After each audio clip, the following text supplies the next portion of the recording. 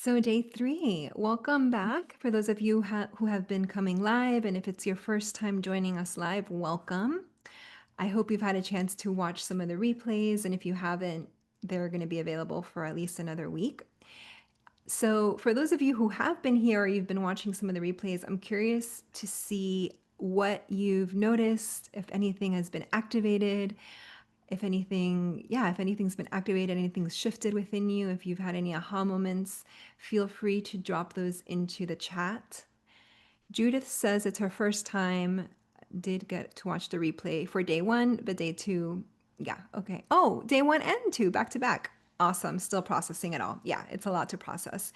And I highly encourage you to do the practices as well. I know the watching part can be a little bit easier because we can do that as we're, multitasking or moving through our day sometimes. But the practices, it's really an invitation to drop deep into the content that we've been discussing. So, and you can redo those practices even if you've already done them. All right. So today, from good girl to wild woman. So dropping in, if it's available to you again, seeing if you can close your eyes and allow yourself to receive these words. A wild woman is a woman who has come home to herself. She knows her body as sacred, her pleasure as power. She says yes to all of who she is, her rawness, her radiance, her emotions, her desires.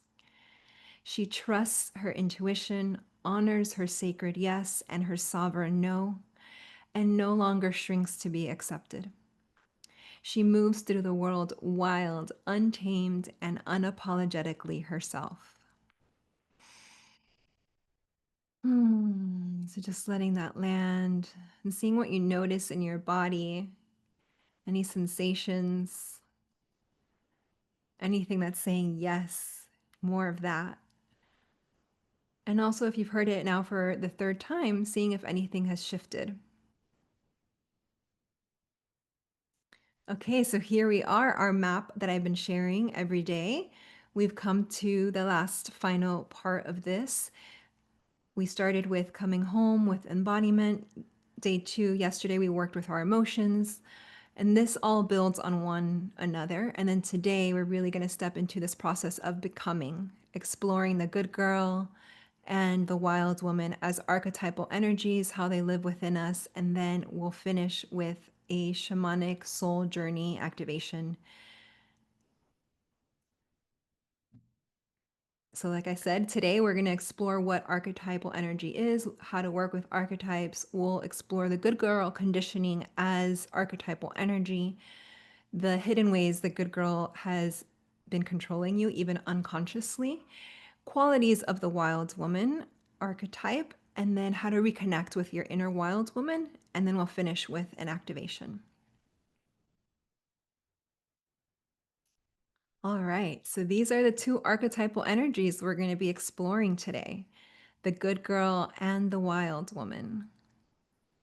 So even just seeing these two words or hearing them before we dive in, letting yourself receive them. Good girl.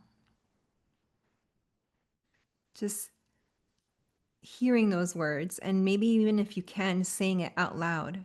Good girl. And notice what happens within you, within your body, within your mind. Any thoughts come up?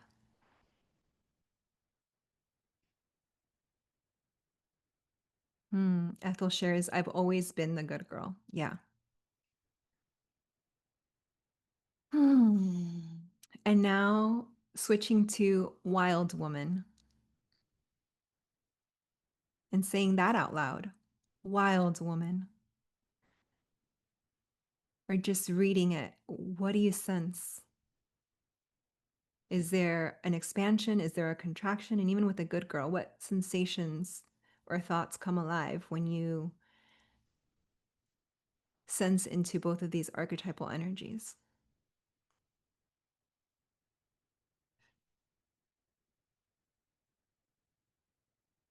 Chantal, judgment. Yeah. Judgment for the good girl or the wild woman? I'm curious. Judith says, I feel like it's a role I used to obey when I say good girl. Yeah, yeah, definitely. Ethel says, my whole family huh, praises me. Haha, I can't imagine being wild woman, but sounds very tempting. Judgment for the wild woman. Ooh, interesting. Okay. Well, we're going to explore that a little bit more. Good girl equals contain wild woman expansive. Yeah. Awesome. Yeah. And so this is just interesting, right? Just even sensing these words, like what starts to get activated within us. And so that's a key indicator of the conditioning that lives within us. And shame for the wild woman. Yeah, judgment, shame, very interesting. Yeah, and we're going to explore a little bit more why that is, because it's been yeah, it's been like that on purpose. Okay, so let's talk about what archetypes are and what archetypal energy is.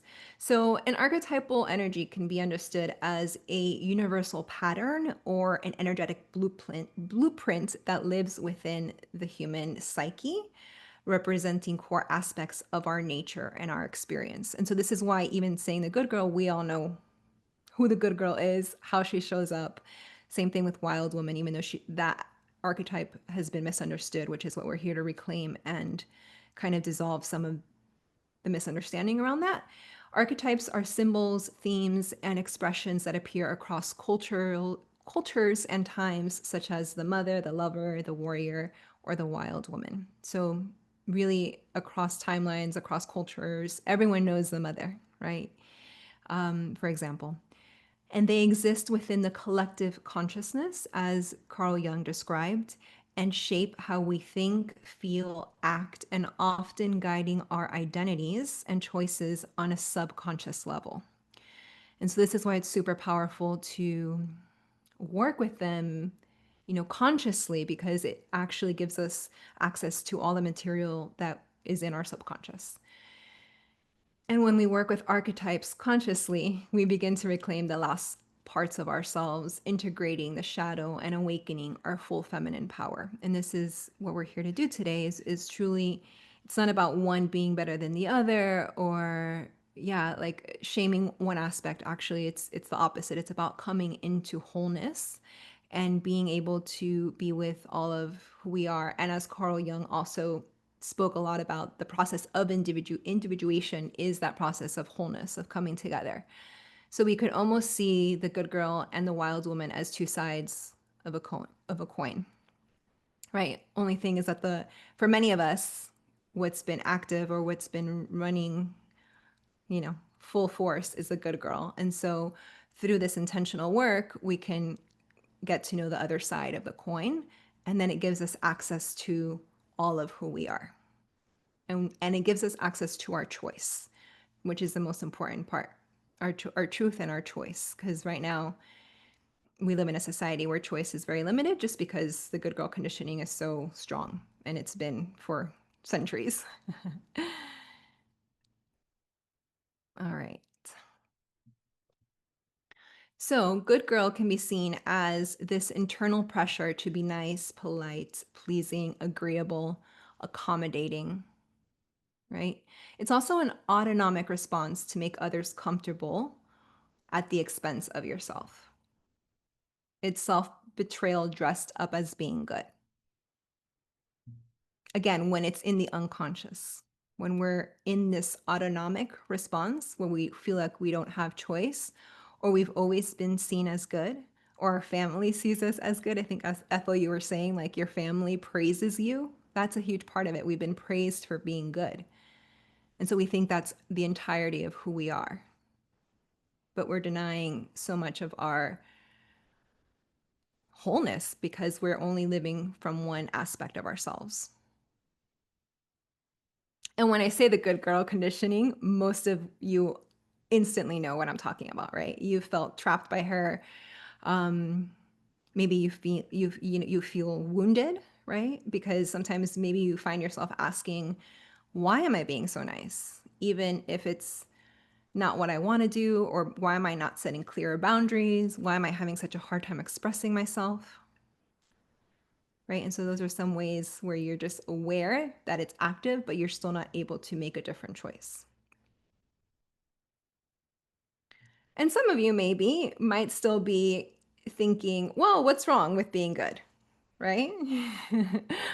I know that when I started doing this archetypal work, I was so identified with the good girl identity and conditioning that I just thought it's who I was. And I had a hard time admitting. And really, the way that I felt was that I was like, well, what's wrong with being good? Right. And so I want to just say that it's actually not about being good. Right. There's nothing wrong with goodness. This is not about losing the kindness or the compassion. As I mentioned before, this is about the autonomic or the autonomic conditioned behaviors that women adopt to stay safe, accepted, approved of. And really, we can see it as an old survival pattern, not necessarily your truth. And so that's what we want to actually explore. What is underneath that? What is your truth? Hmm.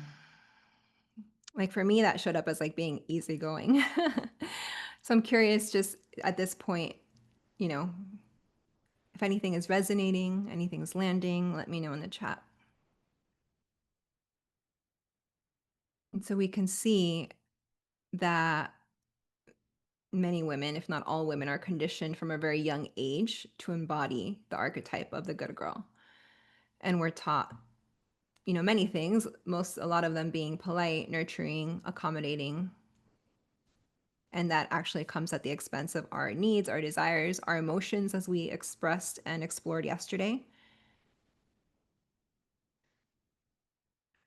And so then the work becomes a pathway of getting clear on all the ways that we've been people pleasing and overgiving and when we've been abandoning ourselves and then in our own needs and our true even desires. Today we're going to explore desires a little bit. Desires that come from our authentic truth, not desires that again we've been told are okay to have.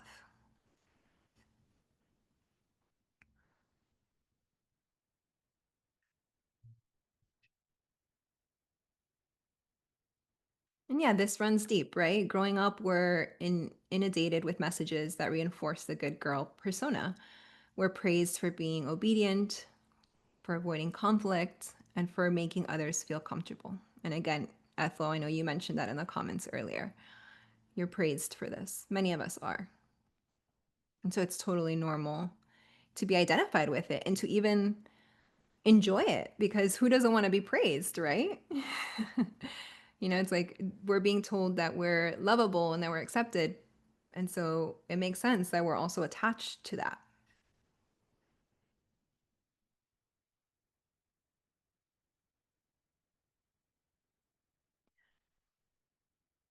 And so we talk a lot about the good girl in these ways, right? Of people pleasing, over giving. But then there's also these like what I call sneaky ways or hidden ways that are also praised. And this is where the conflict starts to enter. It's like all the ways in which we've been praised. And so we over identify with these aspects of ourselves, again, keeping the other parts of us in the shadows and hidden and underdeveloped.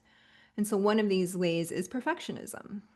Like you feel the pressure to be flawless, mistakes feel like failure, you overthink, over prepare, you delay actions because you fear being judged or disappointing others. This is something that I'm honestly still working through. Even as I put together this 3-day offering, it's like the sneaky little perfectionist coming up and up and up and up, right? And it kind of blocks your creativity, which is what we also spoke about in day 1 and day 2. When we're disembodied, when we're not connected to our emotions, it's like the creativity can't flow. And when we're over identifying with these aspects as well, the truth isn't able to flow. And so just noticing, and let me know in the chat if you can relate to any of these that I'm sharing now. Perfectionism, overachieving, right? Very similar. Like you push yourself beyond your limits. You take on too much and carry responsibility that isn't yours, right? Also connected to the overgiving, overachieving. And you measure your worth by how much you do, not who you are.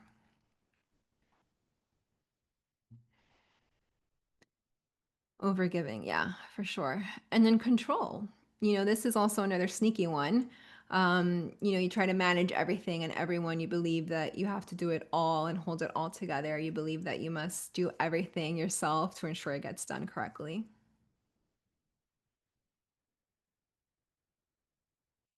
And hyperproductivity. Like you can't rest without guilt, or rest feels, like unearned, or you have to earn it, or you keep busy to avoid being seen as lazy or selfish.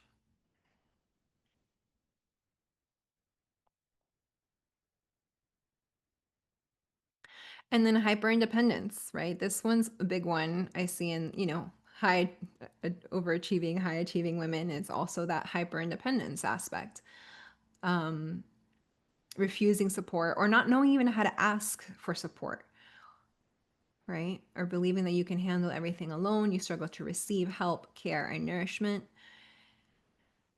And you equate being self-sufficient with strong, you know, that strong, independent woman.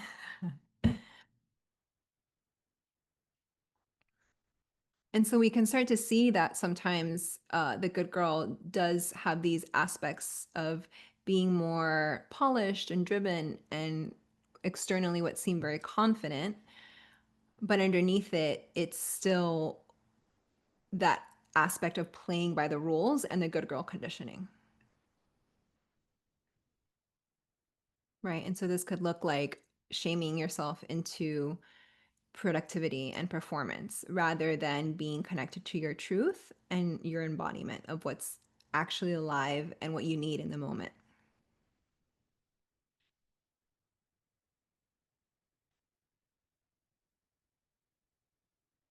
So let's talk about where this comes from.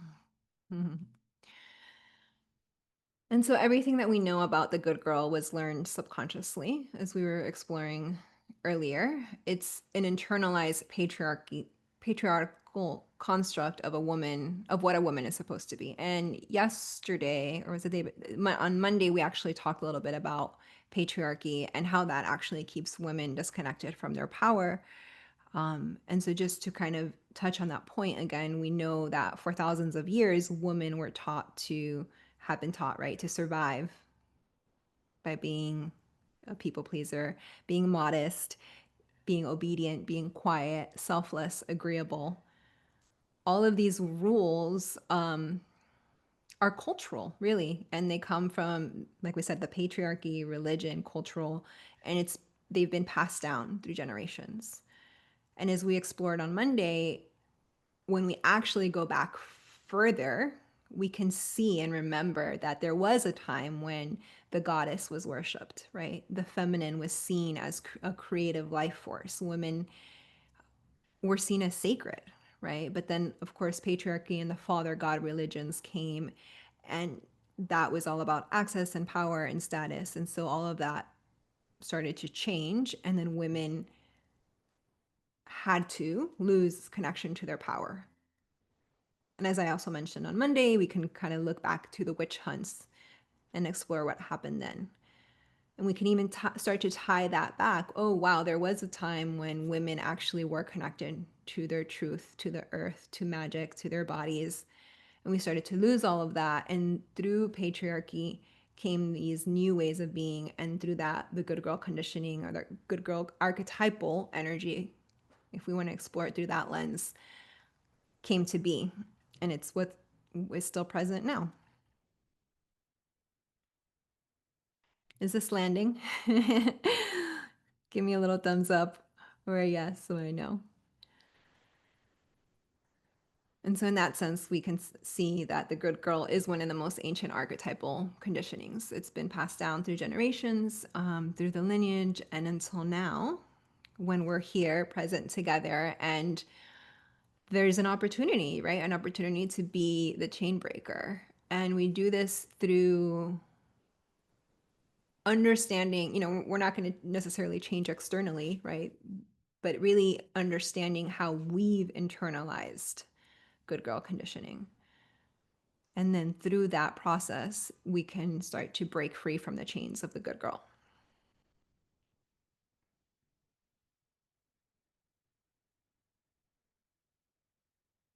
And so when we look at the cost of, you know, living as our acceptable self or as the good girl, we start to see that we are actually disconnected from our truth and we lose touch from our desires, our inner knowing. And we silence our self expression, we shrink back our sexuality and our sensuality, a lot of times due to shame. We abandon our needs, right, to be pleasing or to keep the peace.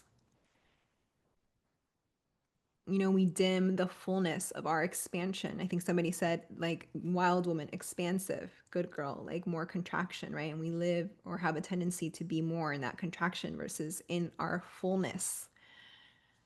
And we live in self doubt because, again, we're not trusting our innate wisdom. You know, we betray ourselves to be liked or accepted, and then we feel unseen, unfulfilled, and disconnected from our feminine power, which is why this work has become so, I don't know, popular, right? So many women are leaning into it. It's because we're now feeling that tension between how we've been and the what's underneath it and what really wants to rise up in that connection to our authenticity and our pleasure and our feminine essence. And so I want to invite us into a little mini good girl activation. Oh, yeah. I've been talking a lot about her. I think you're starting to, yes, maybe sense where she shows up in your life or how she's been showing up. But as you know by now, the work that I do is really somatic and embodiment based. And so I want to invite us into, yeah, just a mini somatic activation around the good girl to sense where and how she's been showing up for you lately. And so, again, if it's available to you, I'm going to invite you to close down your eyes. This will be a short 5-minute activation for those of you that aren't able to do it fully right now. It's okay, you can come back to it. So, closing your eyes if you can, taking a deep breath in.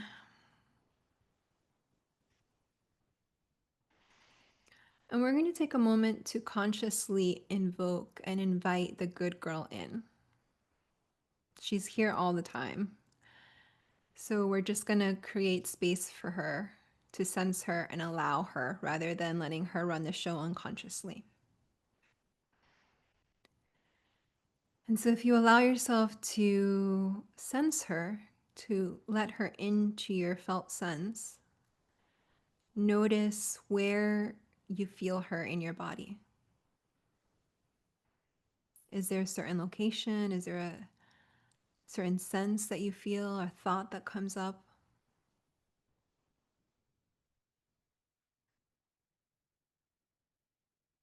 And I want you to notice the voice of the good girl. What are the things that she says? Or what are the things that she doesn't say? What is she holding back?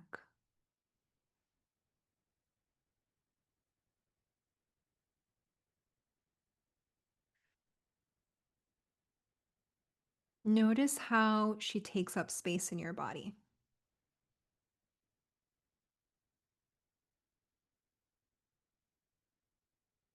What posture do you take on when you fully let the good girl inhabit your body?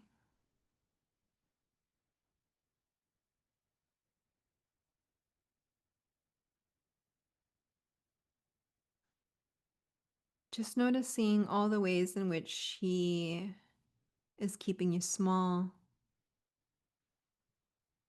all the ways which she keeps you afraid of your full expansion, your full authenticity.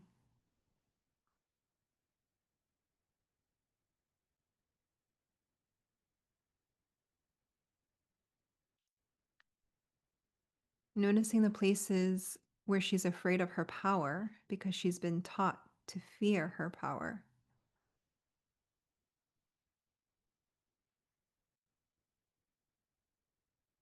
Just allowing yourself to stay with it without judging or criticizing, just staying with the curiosity.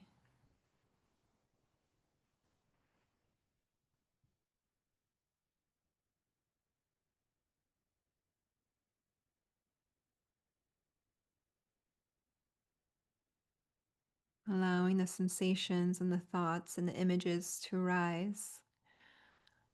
Let her show you the way that she's been ruling your life.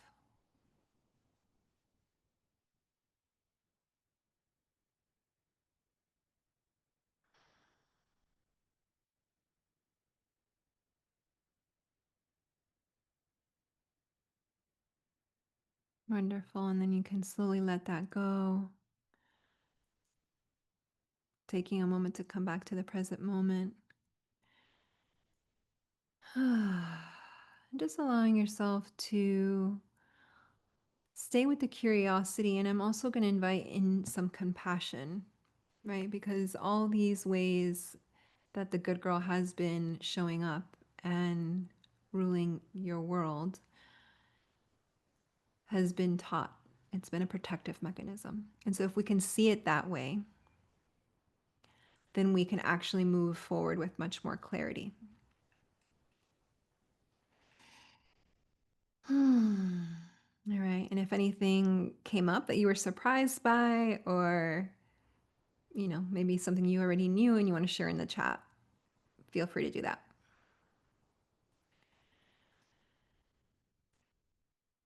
And so we'll stay in this space just for a little bit more self inquiry.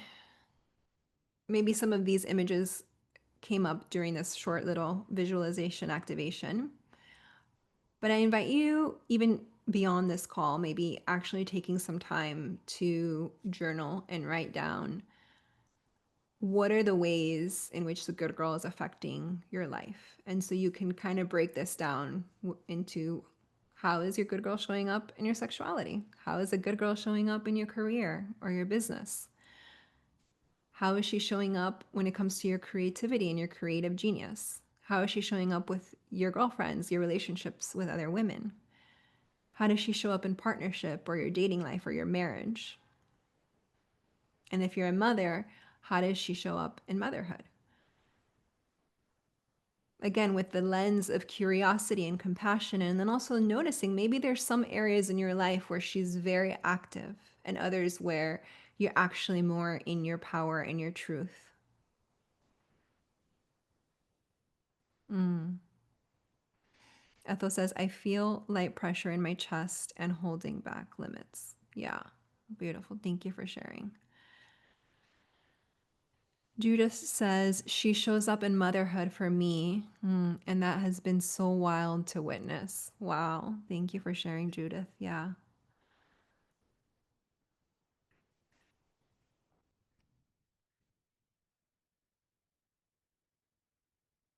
Yeah. So staying with the curiosity about how she shows up, and you can continue to visit this later on tonight or even tomorrow.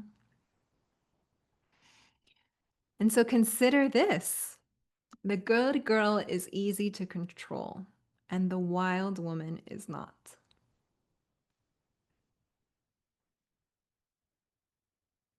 So we can see that the wild woman is the antithesis of the good girl. She's the antidote.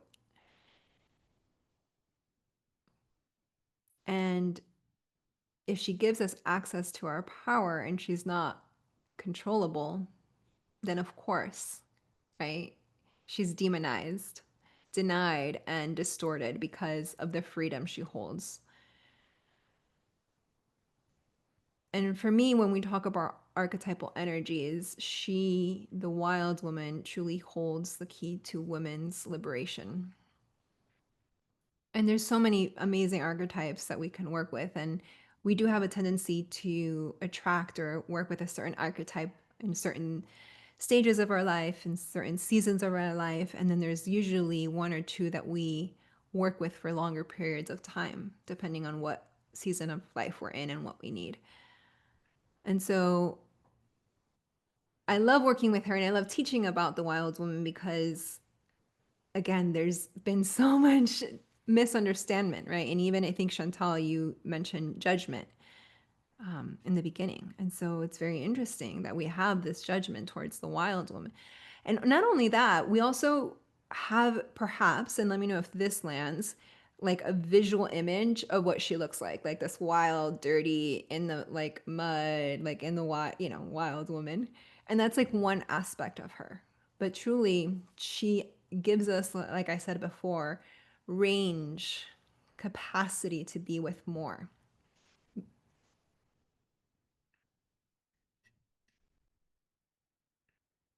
Yeah. Sorry, I was just looking at the chat. Yeah, and so she's been feared, right? She's been feared, and in the shadow, I feel like more than, oh, sorry guys, more than a lot of the other archetypes, because she truly holds so much for us and so much freedom and so much liberation. And so the qualities of the wild woman, yes, she's instinctual, she is untamed, she's unapologetic, she's shameless, she speaks her truth, she reclaims her pleasure, and she refuses to shrink. She's the most primordial essence of the feminine, which again, that primordial essence has been shamed and denied and in the shadows. And most women are now living with this longing, craving for her in our bodies, right? For our wild sovereignty that we know is within us. We've just been disconnected.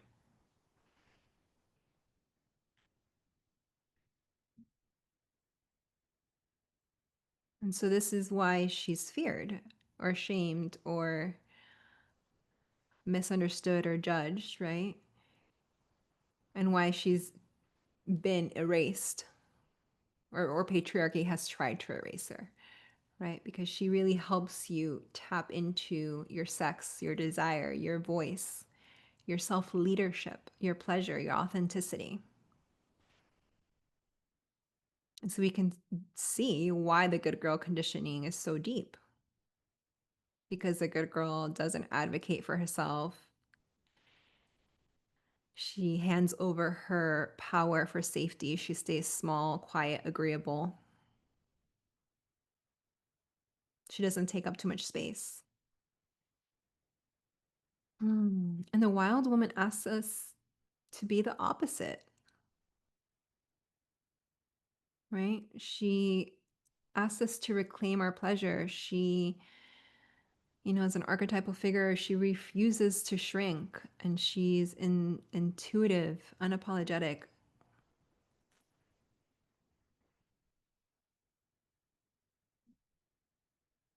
And so, as I was saying before, she gives us access to our full range, right? And this primal technology that is within everybody, but particularly women, our intuition, our instinct, our inner authority. And these are three things that most women grew up without, without models of it. I think we spoke about the modeling aspect of modeling our emotions and modeling our feminine essence and our embodiment through our caretakers as we were growing up. And very few of us had this modeled to us, right? The connection to our intuition, our instinct, and our inner authority. And so when we start to look at it this way, we can actually see that they go hand in hand. As I mentioned in the beginning, it's like the other side of the coin. So the wild woman and the good girl go hand in hand. And you can almost see it as if like the wild woman is the one that's going to protect your inner child. Right? So many of us grew up from a really young age, as we were talking about, being taught to be the good girl. And so the wild woman holds that little girl's hand and tells her that it's okay. It's safe to actually be her fullness, her bigness, that she's not too much. And the wild woman protects that inner child. Especially if we felt that we weren't protected or that we weren't safe to be our full selves. And so over time, as we work with this archetypal energy, as we allow the wild woman to be more present in our life, we can learn to repattern this in ourselves, in our bodies, and we can slowly start to activate these aspects of ourselves that have been, you know, asleep. And so I always say it's the process of remembering because it's all already within us. It's just about creating the space and the safety for the wild woman within us to awaken.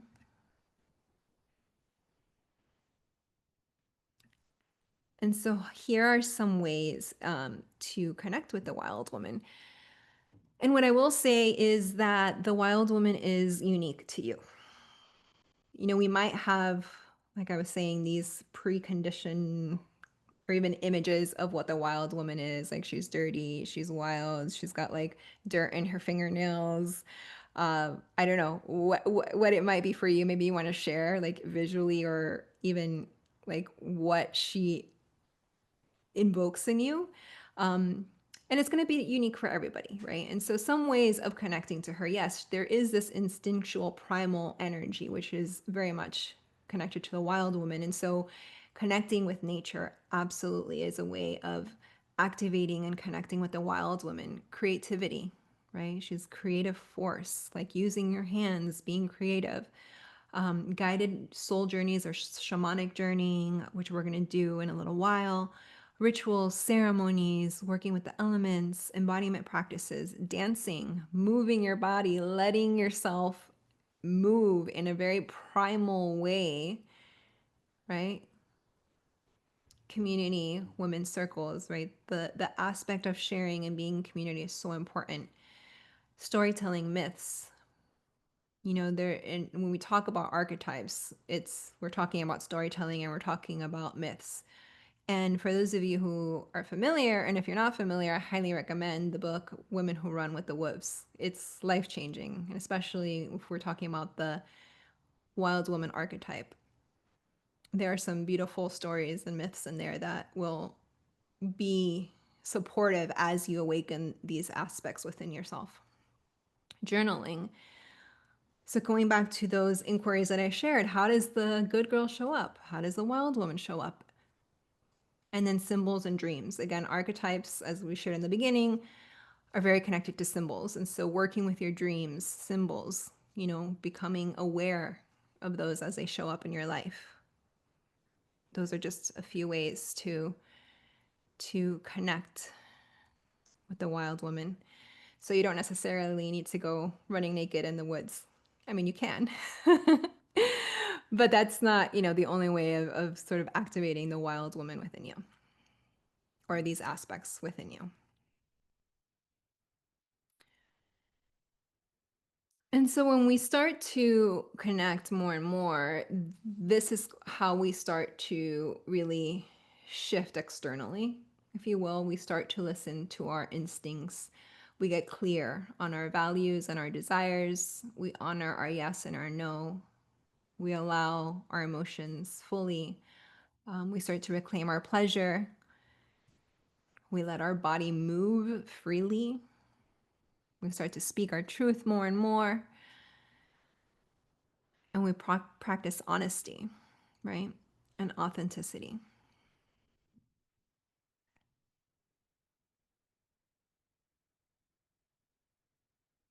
Okay.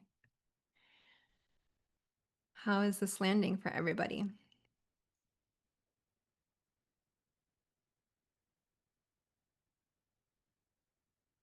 Love this. Great. I'm so happy. All right. So, like I said, we're going to move into a little bit of a practice now. We've been doing movement practices Monday and Tuesday. Today, it'll be more of a activation, meditation kind of soul journey to connect with our inner wild woman as well as our good girl and the aspects of ourselves that we're ready to release. But before that, as I had mentioned on Monday, I'm super excited because I am launching a new program. And so I'd love to take just like a minute or two to share with you, if that's okay, before we move into our soul journey. So this program is called Rewilding. It's a 10-week feminine initiation, and it builds on everything that we've started to explore over the last 3 days. And as I shared, today is that spark of like that becoming, of starting to uncover the aspects of ourselves that we're ready to release, and then the aspects of ourselves that we're really wanting to awaken and embody more fully. And so the next step, if you're ready and you want to go deeper, would be this initiation of 10 weeks of going deeper. We're going to be really looking at all the shadow aspects, how they're showing up in our lives, and making shifts. And we're going to work with the archetypes in a deep, profound way. And we're also going to do a lot more embodiment, ritual, ceremony work during our time together. So it's a journey of unlearning the rules that you were never meant to follow and reclaiming the woman you were before you were tamed.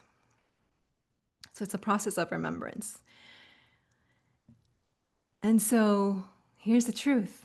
You weren't born to be a good girl. You were born to be wild, untamed, unapologetic. But somewhere along the way, as all of us have, we've learned to shrink, to be nice, to be easy, to not take up too much space. You've learned to keep the peace, even if it meant disconnecting from your own truth. And so you got really good at holding it all together, showing up, and pretending things were fine when they weren't. But if you're sensing that mask is getting heavy, then this is your invitation to step into the initiatory work of letting go of the good girl. And so just to give you a little information of how we're going to do this, like I said, we're going to be working with the archetypes. And the way that I've mapped this out is we're going to explore it through the archetypes as well as the energy centers. All the energy centers are power centers, but particularly with women, of course, the root, because we need our foundation. Then we move into the womb that holds our desires, our sexuality, our creativity, awakening that. And we work with the archetype of the mother at the root, of the wild woman. So we're going to work deeper with the wild woman in the womb. Then we move to the heart. As we did yesterday, we started to work with some of the levels or the layers of grief that perhaps we've been holding and that have been armoring our heart. So when we move into the heart, we start to dissolve that even deeper with the archetype of the lover. And then we move to the wild expression, which is the throat center, and we're going to work with the creatrix. And she's going to give us access to our authenticity, our creativity, our voice.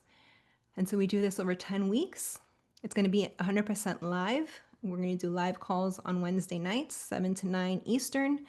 And then on Sundays, we're going to alternate between a embodiment, shadow work, dance practice and live group Q&As.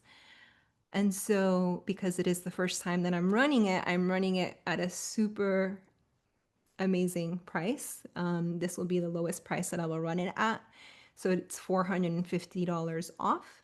And so you can do that with a one-time payment of $663, or I'm also offering 3-month payment plan of 3-month payment plan of 221. So I'm going to drop the link in the chat. Feel free to check that out. Actually, let me stop sharing before we move into our activation. I'm also going to be sharing it in the replay email, so you'll have access to that, and then take your time to review if you're interested. I'll drop it in the chat here. And on the page, just so you know, there's also a place where you can book a 20-minute call with me for free. So if you're feeling like you still want to explore a little bit more, maybe have a one-on-one with me, I'm opening that up for everyone. So you can book a time and we can just drop in and check if it's right for you. And this isn't, this is not like a sales call.